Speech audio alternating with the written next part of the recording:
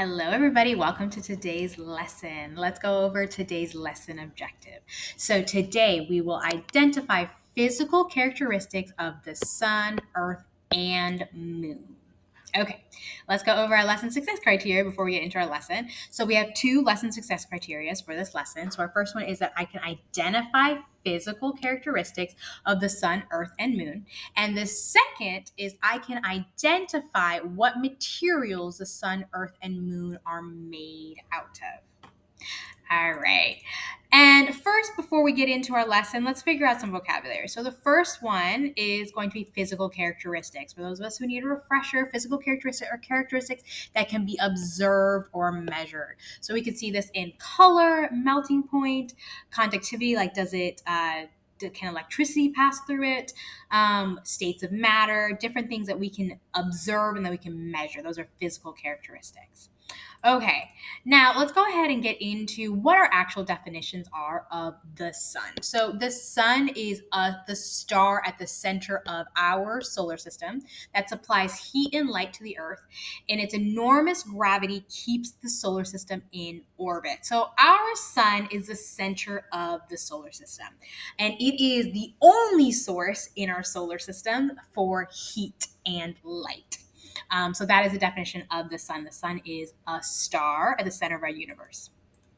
All right. And then we have our Earth, the Earth. So the Earth is the third planet from the sun and is the only planet in the solar system where life exists. So as far as we know at this point, there is no life on any other planets in our solar system. So that is the only thing on in our solar system that has life. All right. Now let's go into the moon, specifically our moon, the moon that goes around the sun or around the earth. So, a moon is a natural satellite that orbits a planet. In our case, our moon orbits the earth. And some planets don't have any moons, and others have over 60 moons. So, I think Jupiter is one of those planets that has over 60 moons. But if you look at planets like Mercury and Venus, they don't have any moons.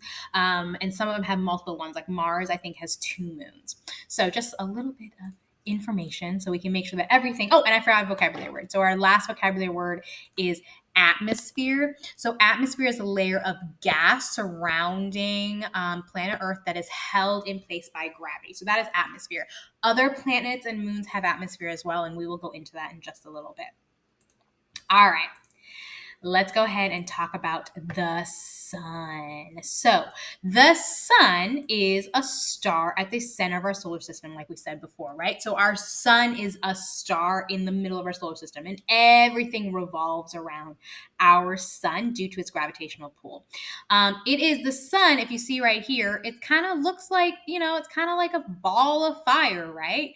And that is because it is made out of gas. It's made out of gases, specifically hydrogen and helium gases. That is what our sun is made out of. And the sun is huge. Like, it's super, super, super, super big. So if I were to try and fit as many Earths as I could inside of the sun, I would get over 1,000,000 Earths inside of the sun. So the sun is huge. If you see right over here in our picture, we can actually take the Earth and we can line up a bunch of Earths, and we would get 109 suns across the diameter of the sun. So the sun is huge.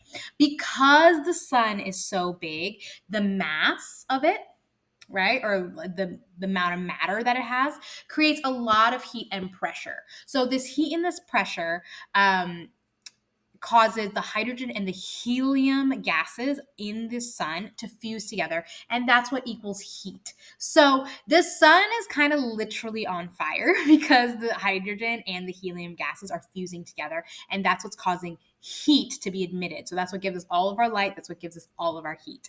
And the sun is so large that its gravity is actually what is keeping the entire solar system intact. That's why we have planets orbiting the sun. That's why we are orbiting the sun. We'll have meteors and moons and all of that. All the sun is keeping all of that stuff in our solar system because it's so large and has such a large mass and gravitational pull. Okay, so we have that. One thing I just wanted to point out is look at how big the sun is in comparison to the Earth. right? And then we have our moon, which is even smaller. And we're going to get into the Earth and the moon right now, actually. So let's talk about the Earth. So the Earth is smaller than the sun, right? Much, much smaller. And it has a smaller gravitational pull, but it still has gravity. Earth still has a gravitational pull. That's what's keeping all of us on Earth. That's why we're not floating away all over the place, right? It's keeping us all on Earth. And it also is causing the moon to revolve around it. So remember, our moon is moving around our sun. So Earth's gravity is causing the moon to kind of stay put over there. Now, the Earth is just the right distance away from the sun. It is the third planet away from the sun, and it's just the right distance away from the sun to allow us to have three states of water. So solid, liquid, and gas. If we were any closer to the sun, all that water would kind of evaporate away. If we were any further away, we wouldn't be able to have liquid water and it would freeze. So we are kind of in the perfect spot. Some people like to call it the Goldilocks spot, like it's just right. So we're in the perfect spot on Earth to allow us to have three states of water. So we'll see ice, mostly that's in the North and South Pole. We'll also see on top of mountains when it gets really cold. We'll see it here, even sometimes in Texas, we see ice, right? So that is going to be one state. We also see water, our liquid form, which we see in like oceans, lakes, rivers, streams, ponds, all over the place like that. And then we'll see water vapor. And that is actually like in our atmosphere. So when our water disappears away, it's in our atmosphere. So sometimes you'll feel the air feeling really thick, and that is due to water vapor. So we see all three states of water on Earth. And we're, as far as we know, right now, we are the only planet in our solar system that has all three states of water. All right. Now, another big difference between the Earth and the sun is that Earth is rocky and has many landforms, unlike the sun. So the sun is made up of gas. It's made up of hydrogen gas and helium gas. On Earth, we have rocks, we have mountains, we have all these different landforms that are happening. So it's mostly made out of water. Majority of the Earth is water. About 3/4 of the Earth is water. And then rocks. So that is what the Earth is made out of. So it's made out of different materials entirely. All right.